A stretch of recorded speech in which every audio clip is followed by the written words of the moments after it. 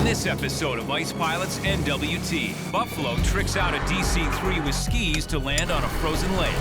But the ice is melting by the minute. Kelly and Arnie get drastic makeovers. And Joe and Rod clash over how to run the business. Think outside the box. Told me that for 10 years. I guess the long way is the short way. Outside the Buffalo hangar in Yellowknife, mechanic James Dojak is digging out an aviation relic. Working at Buffalo, it's not a job, it's a f***ing adventure. Skis for the legendary Douglas DC-3 aircraft, a plane that can do almost anything. Rolled out in 1935, the DC-3 popularized commercial air travel. It was the first passenger plane to fly non-stop from New York to Chicago. And equipped with skis, it could go almost anywhere, including expeditions to the North and South Poles.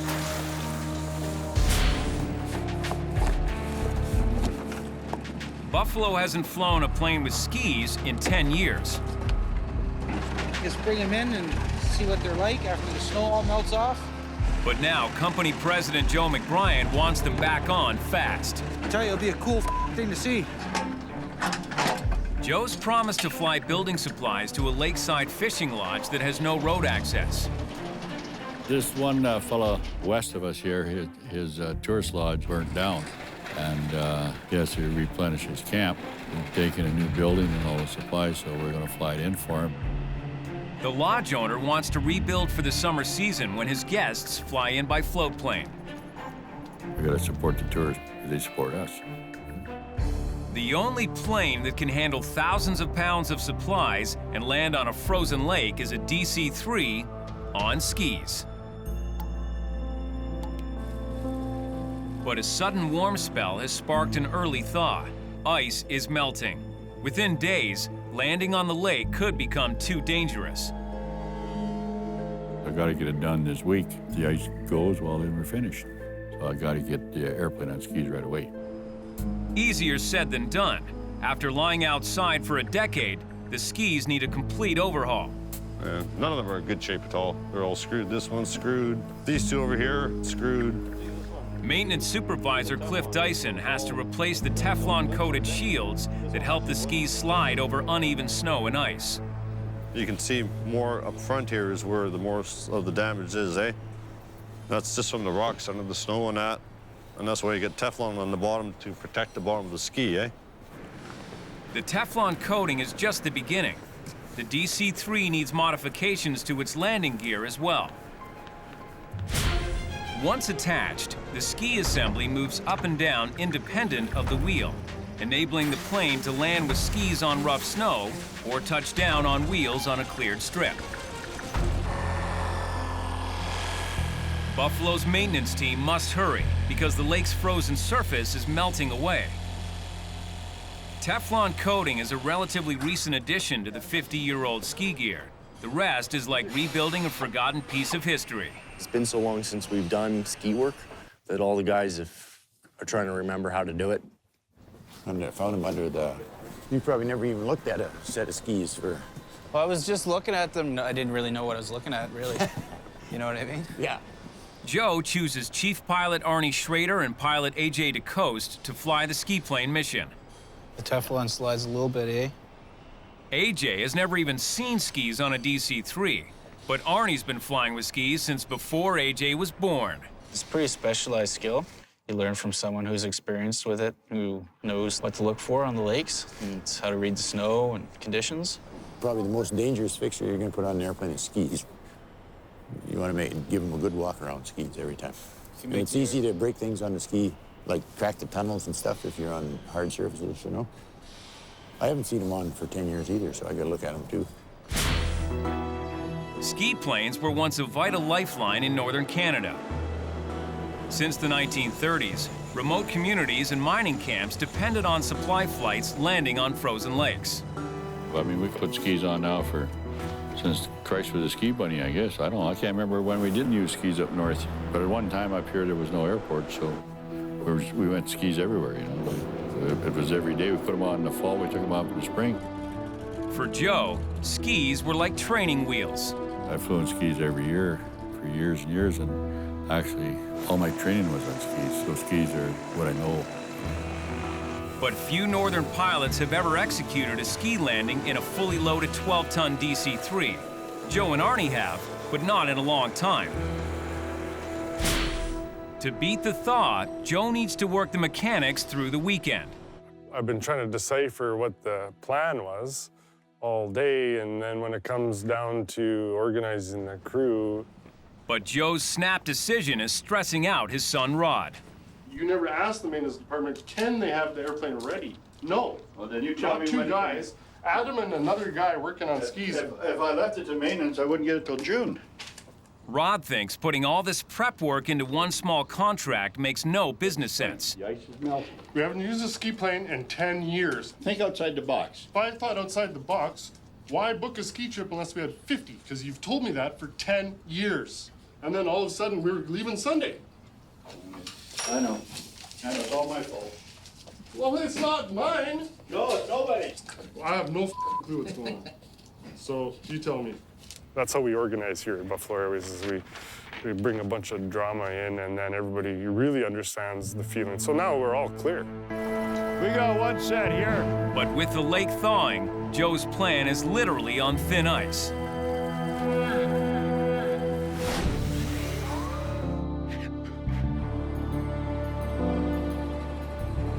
And there are even bigger problems looming. So this might be the last big valley load.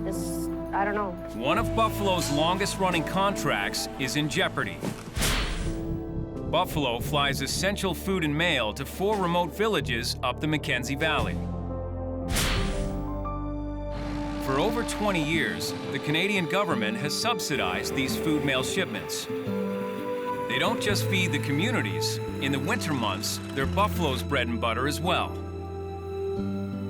We do 5, 6, 7, up to 8 trips a week delivering these groceries. So if it weren't for that, then sure they wouldn't have much need for me to be around, or maybe some of the other crew.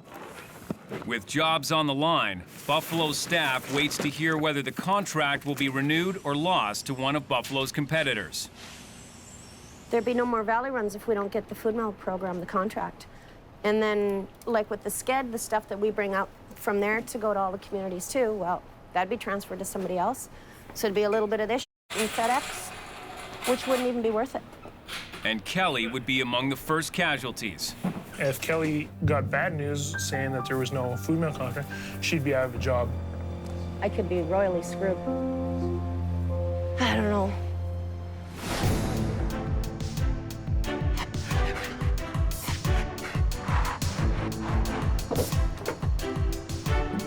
After a weekend of non-stop work, Buffalo's maintenance crew has mounted the skis on the DC-3. So it entailed putting on new bottoms, new internal lines, checking all the internal plumbing, repairing anything that was damaged on them. A couple of the runners had to be repaired, and the skid plates had to be put on. They had to be put back together so we could put them on the airplane. The skis add 1,200 pounds to the undercarriage, and that makes flying the DC-3 more difficult. Plus, landing on a frozen lake is always dicey. And actually snow in the Barrens can be just as hard as landing on rocks, so you can imagine what a whole bunch of drifts will do to your airplane when you go bouncing over those. It's pretty hard in the airplane. Before the mission can begin, the ski assembly must be flight tested. So I like to do a circuit here, and Back Bay or something. and then come down and land, make sure that, Joe and Arnie want to make sure the skis are raising and lowering properly, and that they hold up and track well once they hit the snow. And they'd better hurry. The temperatures have remained above freezing, and the ice on the lake continues to melt by the hour. you got to get in and get the job done, get off the ice before it gets thin. Good, eh? Yep. So with one last blast, she's ready for a test flight. And it's an impressive sight. It even astounds me. I'm really jaded. This hangar, nothing really excites me too much. But seeing a DC-3 on skis is really, really cool. Joe's like a kid with a new bike. Well, kind of neat to ride around the block again.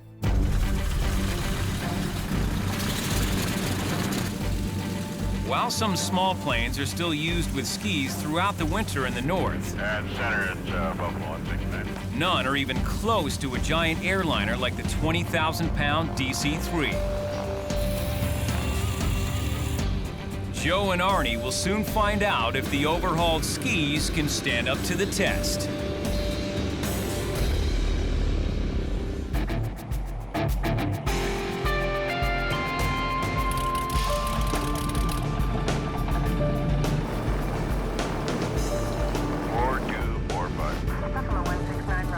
For the first time in 10 years, one of Buffalo Airways' vintage DC-3s has been outfitted with skis to land on a frozen snow-covered lake. The skis, which add 1,200 pounds to the landing gear, increase drag, especially on takeoff. An airplane on skis is flown strictly by feel. It's not flown by numbers, so you can't paint your picture by paint by number. You got to be able to fly your picture. Joe and Arnie are about to do a test landing on Back Bay, just a few minutes from the Yellowknife airport.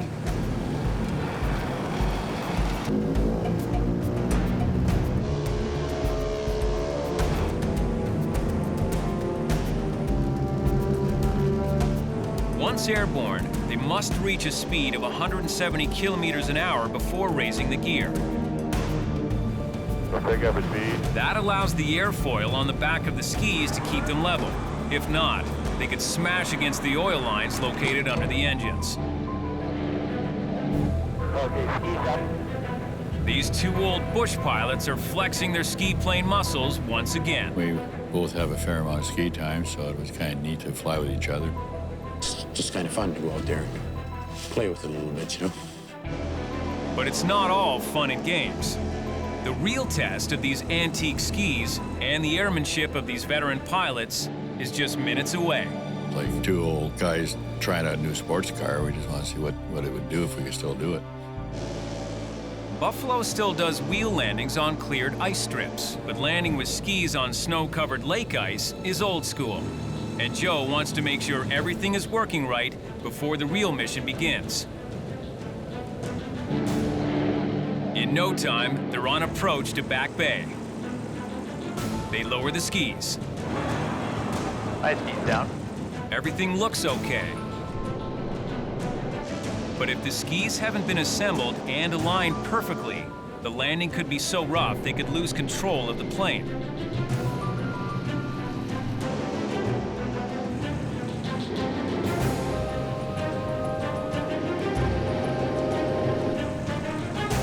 As the skis near the ice, the moment of truth.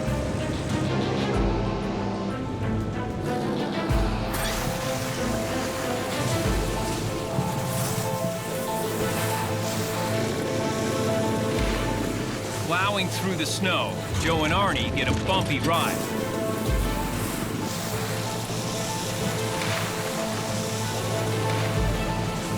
But the old skis withstand the punishment.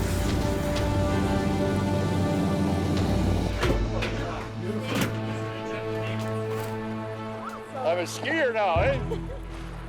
We need to load her tail heavy, though. She's nose heavy. The test flight is a success. But the snow here on Back Bay is well packed by regular snowmobile use. Unlike the snowdrifts they'll hit on Dogface Lake. There's lots of conditions that you wouldn't be able to land in. Too many drifts and too hard, or overflow, anything like that, you know. So bringing a fully loaded 25,000-pound DC-3 down onto Dogface Lake will be a whole new game.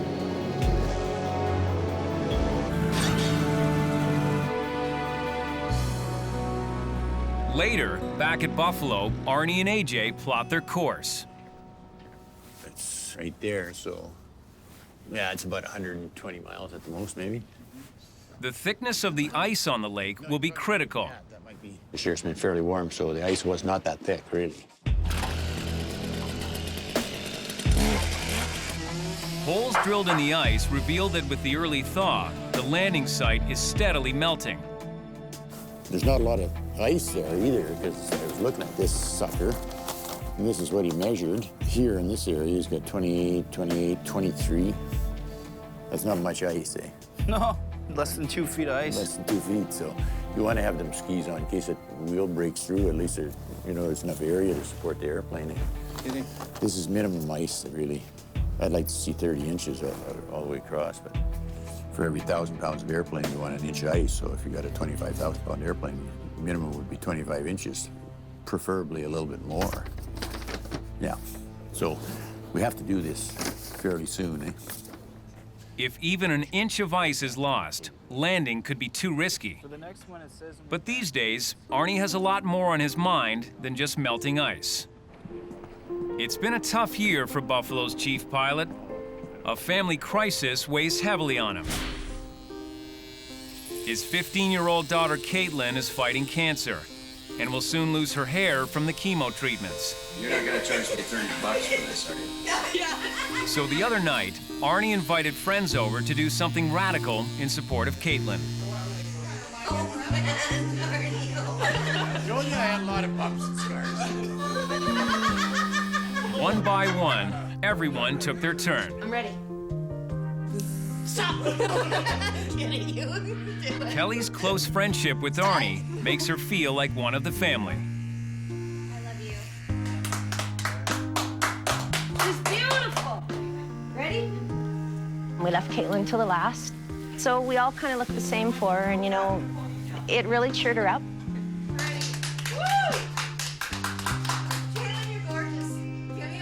It was probably one of the most memorable days of my life. I'll never forget it. It's just so awesome. Rainbow! Yeah! We cheered her up. Well, yours is in a ponytail, remember? Here, look! Team Bolt! Oh my good God! You look so nice. Hi, honey.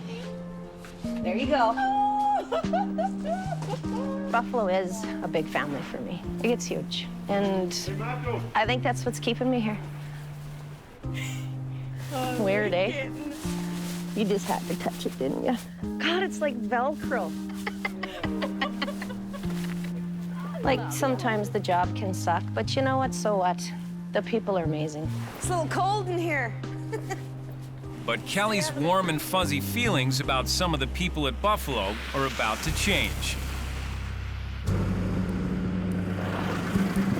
Operations manager Mike Hanley and Rod McBryan show up in the cargo terminal to check on problems with employee time cards. It seems that some cargo staff, including Kelly, haven't been punching in and out properly. You're supposed to punch in and out. Okay. In and out. Like, why no handwriting? No, I understand.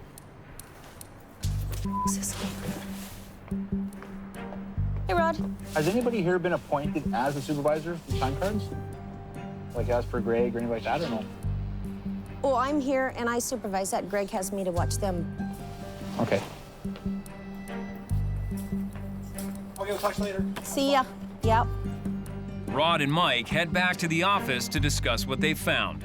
We might have to make some management decisions to see if we're going to bring in maybe a new manager or a new supervisor to help mix things up to make things more effective and efficient. Basically, it sounded like to me, in a roundabout, huge way, they want a manager over here. Well, last thing I knew, that's what I was. So, I don't know. I don't know what to think. With the food mail contract up in the air, Kelly's already worried about her job security. And now this. Better find a new manager.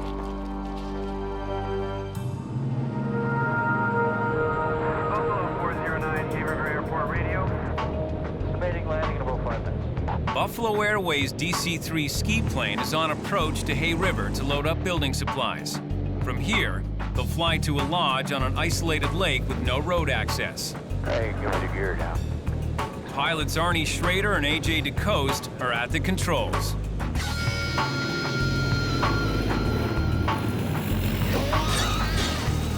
The skis are raised so the wheels roll freely, but the skis' back edges are reinforced to withstand the inevitable scraping along the tarmac. Good luck stuff there. I don't know, this stuff all going too? Just bring the plywood. The clients, who run a lodge that burned down, want building supplies flown in so they can rebuild before the summer. That'll be enough for the first trip. 4,000, 5,000, that's 6,000 pounds. Yeah, it's 6,000 pounds, Jimmy. The ice thickness on Dogface Lake was last measured between 23 and 28 inches. And we got a load in there, you can see. At a gross weight of over 27,000 pounds, Arnie's loaded DC-3 is almost too heavy for the ice. For every 1,000 pounds of weight, you want an inch of ice. Well, it should only be 5,000 pounds on skis, because the skis are 1,200 pounds. You'll handle it. Legal weight. We're just trying to keep it, you know, as safe as we can. Trip one, eh? Trip number one coming up here.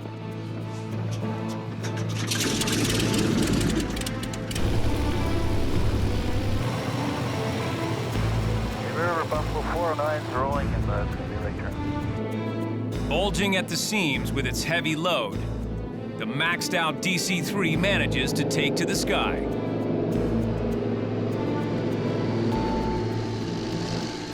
It's a 50-minute flight to isolated Dogface Lake, 200 kilometers west of Hay River. Nearing their destination, Arnie and AJ start planning the landing. Might have to land like this. Yeah. He's got it all marked out down here too, maybe. Yeah. In many spots, the ice on Dogface Lake is a lot thinner than it was on Back Bay for yesterday's test flight, and the surface is much rougher. How about you? Only 20 inches right down here. Oh, not good. When you do your inspection of the lake, stuff you're looking for is the size of the drifts on the lake, the direction the drifts are in, and any signs that there could be overflow on the lake. We had the benefit of having a description of the snow coverage on the lake. It was about 8 inches of granular snow underneath with a 2-inch crust on top. Arnie eases the heavy DC-3 down towards a section of the frozen lake where the drifts look smaller and the ice tested thickest several days ago. But there's been more melting since then.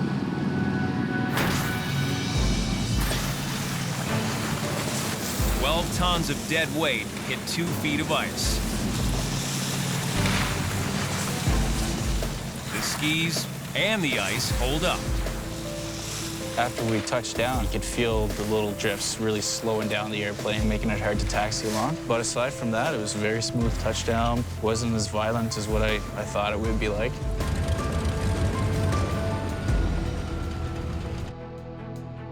Although he's flown the DC-3 for years, this ski landing leaves an impression on AJ. It's awesome. Very cool. It's different than what I even expected, actually, yeah. But they'll have to unload fast. They want to get back to Hay River to deliver a second load before nightfall.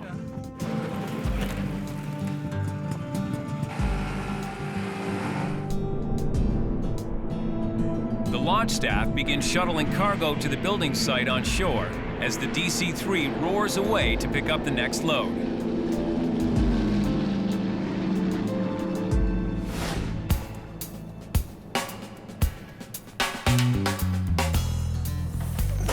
In the Yellowknife hangar, Rod McBryan is doing some touch-ups on one of Buffalo's Curtiss C-46 Commandos. Since shuttling cargo over the Himalayas in World War II, this plane has flown with many different colors in its 60-plus years. The wingtip has been replaced, so it just needs to be touched up to match the rest of the paint. When you run old airplanes like this, it's best to keep them looking fairly straight. There's no relevance in airworthiness, but we'll make it look good. As director of maintenance, Rod's job includes showing off Buffalo's colors. It's a signature Buffalo green. You call paint company and say, just send us Buffalo green. They don't even need the number anymore. Put some lipstick on it, and then everybody's happy. It's a new airplane again. While Rod knows his way around every inch of Buffalo's fleet, on the domestic front, it's a different story. I don't know where most of the stuff goes, or even what it is. He and wife Sasha have been married for 3 years and are expecting their first child. You can put the teddy bear in the crib. I know what I've been doing my whole life. Now I have to figure out what somebody else needs. I realize he's really not sure all the time, and neither am I, about what we're gonna do once the baby's here. The new McBryan is gonna look up at us and go, you guys are nuts, or we'll join forces. So I'm not really sure. Back in Hay River, Arnie and the crew are behind schedule. We're gonna get going pretty quick. They have to fly this second load to Dogface Lake, drop the cargo, and leave before it gets too dark to take off safely. Because legally we're supposed to take off in the daylight, not at dark on something that's not a lighted surface. The longer the loading takes, the more impatient Arnie becomes. Let's f***ing go. We're pushing it. I said 5 o'clock airborne. They take off. This time, AJ is in the captain's seat. So flaps up and power two. There we go. So geared up. It was a thrill to get the chance to grab the wheel, and I did want to impress Arnie, so side of me was nervous. He made slight adjustments here and there. So come on, figure about 95. They're racing the setting sun. If AJ and Arnie don't get the plane unloaded and back in the air before dusk, they'll be stuck for the night on the melting ice on Dogface Lake.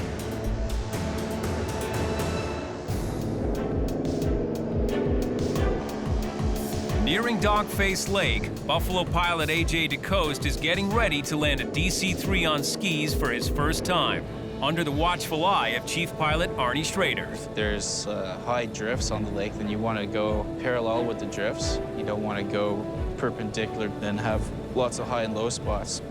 But AJ has a plan to avoid the drifts altogether. Oh, I'll see the same tracks that Arnie made there when he did his previous landing, and try to line myself up with that there and try to end up close to where the offload spot is so we don't have to taxi around too much. These are on their way down. I'm going to have a look. Nice skis down. Up on down, Arnie. Now it's all up to AJ to adjust for the additional weight of the skis as he descends towards the lake. The center of gravity of the aircraft changes with skis. They're forward, so it makes the airplane more nose heavy, and it could cause the airplane to go over on its nose. Down to 65. That's good. Got 1 flap to go. They give on. You're down to 60. No. Not too. There. Come go. Pull back on it now. Step on it. We're going until you get her where you want her. AJ catches more than a few bumps as the DC-3 rushes across the snow. Take power. Okay, that's good. Better.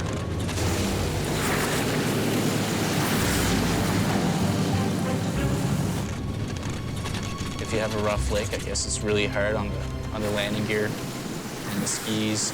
And they all held together well, didn't damage anything. Wasn't as smooth a landing as Arnie did, that's for sure, but it was a good one. It was a good, safe landing. But they must lift off the lake before dark, so they'll have to unload in record time. That's gonna be pretty solid. Now we need the plywood there, boys.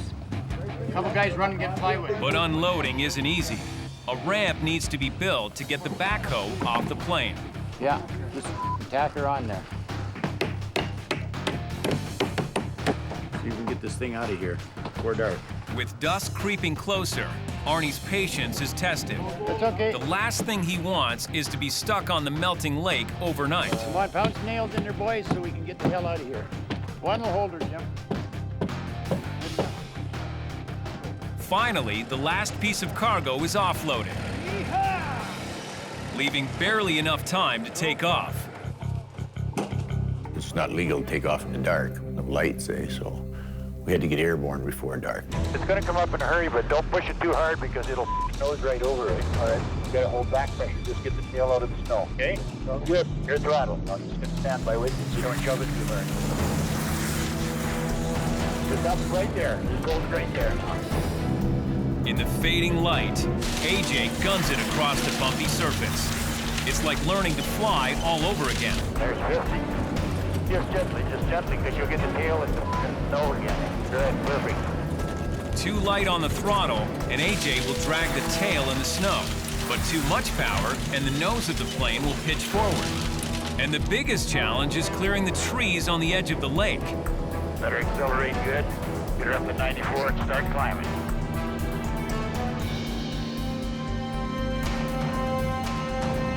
By the time we got airborne, we were happy to be looking at that lake from out the window instead of from standing on it. It's a narrow escape from Dogface Lake. The next morning at Buffalo HQ, Joe is on edge. With the looming decision on the renewal of the important government food mail contract, he's focusing on every aspect of the job, starting with the cargo terminal. But how could Kelly do it when I pulled her time card? She wasn't even at work yet. So let's get to the bottom of it. He grills Rod and Mike Hanley about how Kelly is managing her staff. There's the last time she was in. So she's in, she hasn't checked out yet. She came in on Monday. She knows enough to write down no lunch, but she doesn't check out. So what happens is Janelle probably waits till 4 o'clock, then checks her out. She does a good job at consolidating the load with the customer, but not managing it. Yeah. There's a lot of difference between putting the freight on the train and driving the This isn't a maintenance issue, but Joe wants Rod to help Mike deal with it. So who's ever doing the discipline in the company should go over there, not me. So Rod and Mike try some gentle diplomacy with Kelly. Hypothetically, a person could come in the next morning and say they left at 6:30, when she might have left at 5:30. Ultimately, I don't think the trust is available between this department and the owner of the company. So what we're gonna have to do is figure out how to make them believe.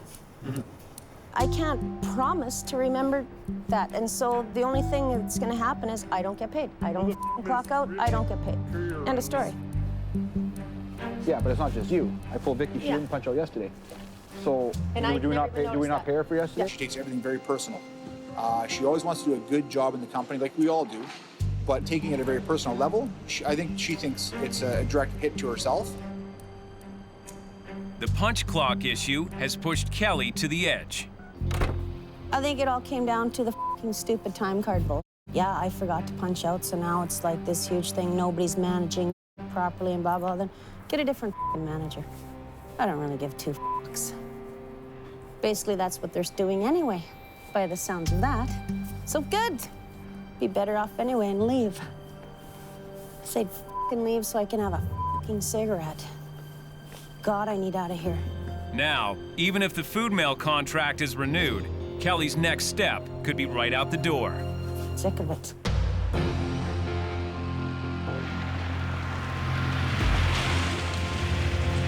Buffalo's contract for delivering food to communities up the Mackenzie Valley is in jeopardy, and everyone at the airline has been feeling the tension.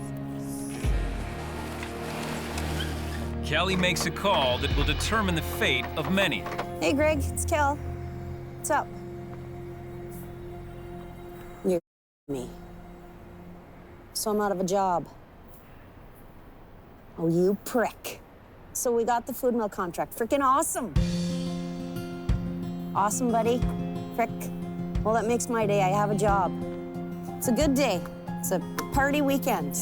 Awesome. But I can't be hungover for food mill Sunday now. Although Kelly was feeling the heat from the Buffalo brass, it seems like it's all forgotten. Their biggest contract has been renewed, and Kelly is a key reason why. I guess we were rated like top in Canada for this type of northern food operations delivery. So she was able to, in my opinion, give us a good foundation to renew that contract. Kelly's position at Buffalo is secure, for now. For the next 12 months, we'll be hauling food mail, just like we have for the last 20 years, you know. That's a good girl, yeah. That's supposed to want to be a good girl, yeah. And with the food mail contract nailed down for another year, Joe and Rod shift gears to a family rite of passage. How many miles did Mike even get on it? Joe's dug up Mikey's old 60cc kitty cat snowmobile. Okay, where's your truck, son? This out there. These kitty cats are in the family, passed on to the whatever baby's being born. So Rod's child will be the next in line to inherit this kitty cat. It's a way of life here. The young boys and girls start off on kitty cats. When they can waddle around outside in the snow on their own, they'll be riding one of these. If you can believe Mikey, you see him today riding on that thing. Well, it's true, I've seen it. Flying out both sides of his diapers and doing good. For Joe, whether it's traditions like flying with skis or putting toddlers on tiny snowmobiles, it's what living here in the North is all about. In Hay River, Buffalo's DC-3 ski plane is being prepped for the last flight to Dogface Lake. And there's been a change in crew. Today, 24-year-old rookie co-pilot Andrew Vike replaces AJ DeCoste. I never thought in a million years I'd get the chance to fly on skis. I guess the stars kind of aligned and I was in the right place at the right time. Somebody's got to get that end there. Okay, 1 sec. This opportunity is so rare that Andrew may be the only co-pilot of his generation to try this. Oh, that's probably good, yeah. You got a lot of weight in there, eh? Once again, the DC-3 tips the scales very near its limit. Wow, that's a load, eh? I mean, I think we got way too much in there, is what I think. Okay, let's get out of here. Every minute, the ice melts more at their destination on Dogface Lake. The ice is already thinner than Arnie would like. We're worried about the ice deteriorating, you know, and once you get the snow melting on top, then that water starts to trickle through that ice and starts to candle it and stuff. I'm gonna take it right up to 45. Okay.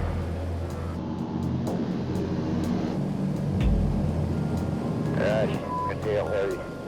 Take a ton of it. Come on, tail. There she comes. There we go. With more weight towards the back, keeping the plane level on landing will be a greater challenge for Arnie. Soon enough, they begin their descent towards the lake. Skis down. Skis down. As soon as the skis touch, keep it locked up.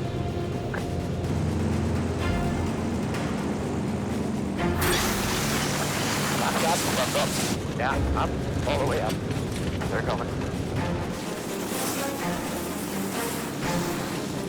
Arnie manages to keep the heavy tail up as they slide along the lake's uneven surface.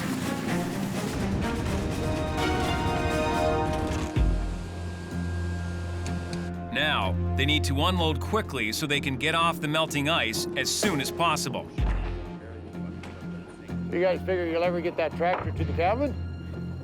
It might sink.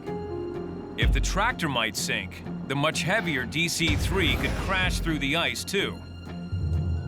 But before they can take off, Arnie is throwing a curve. Arnie Schreder isn't happy. This is horse. He wants to get this ski plane off the melting lake ice now. But the client wants him to do one last thing. Haul out a load of debris from the burned down lodge. Well, burnt and crap. Jesus.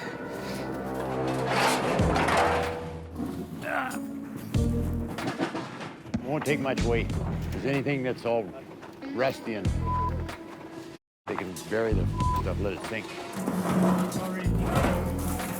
Moving all the scrap is dirty work. Arnie didn't know he'd have to play garbage man on this mission. I'm gonna make one of a mess of this airplane. His usual patience is wearing as thin as the ice the plane is perched on. Here, pass me some of that.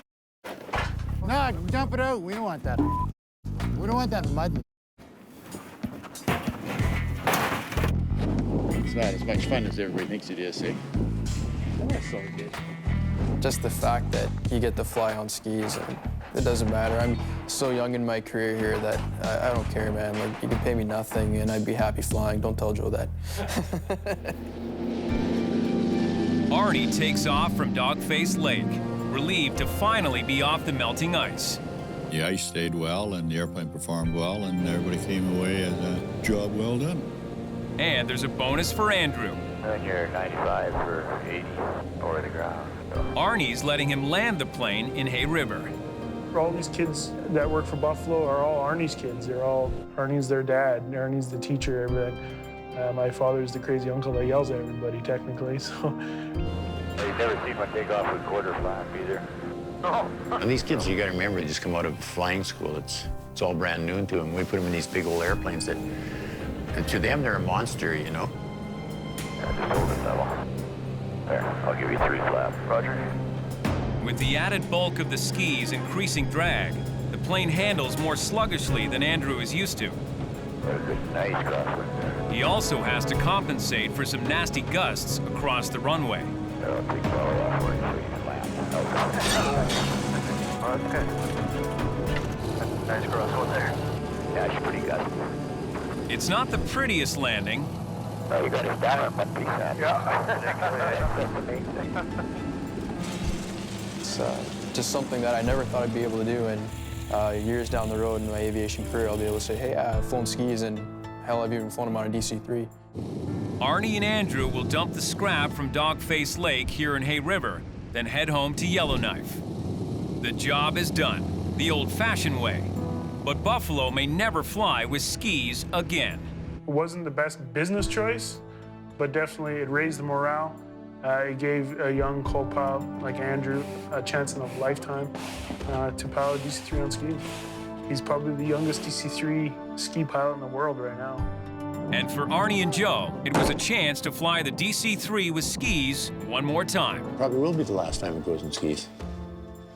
There's just not much of that stuff going on anymore, eh? There's no call for it, eh? I think it'll be a dying art. They're building airstrips everywhere, and there won't be a great need for off-strip DC-3 ski work in this area. But, you know, for 1 week in the middle of winter, we got to do something kind of cool.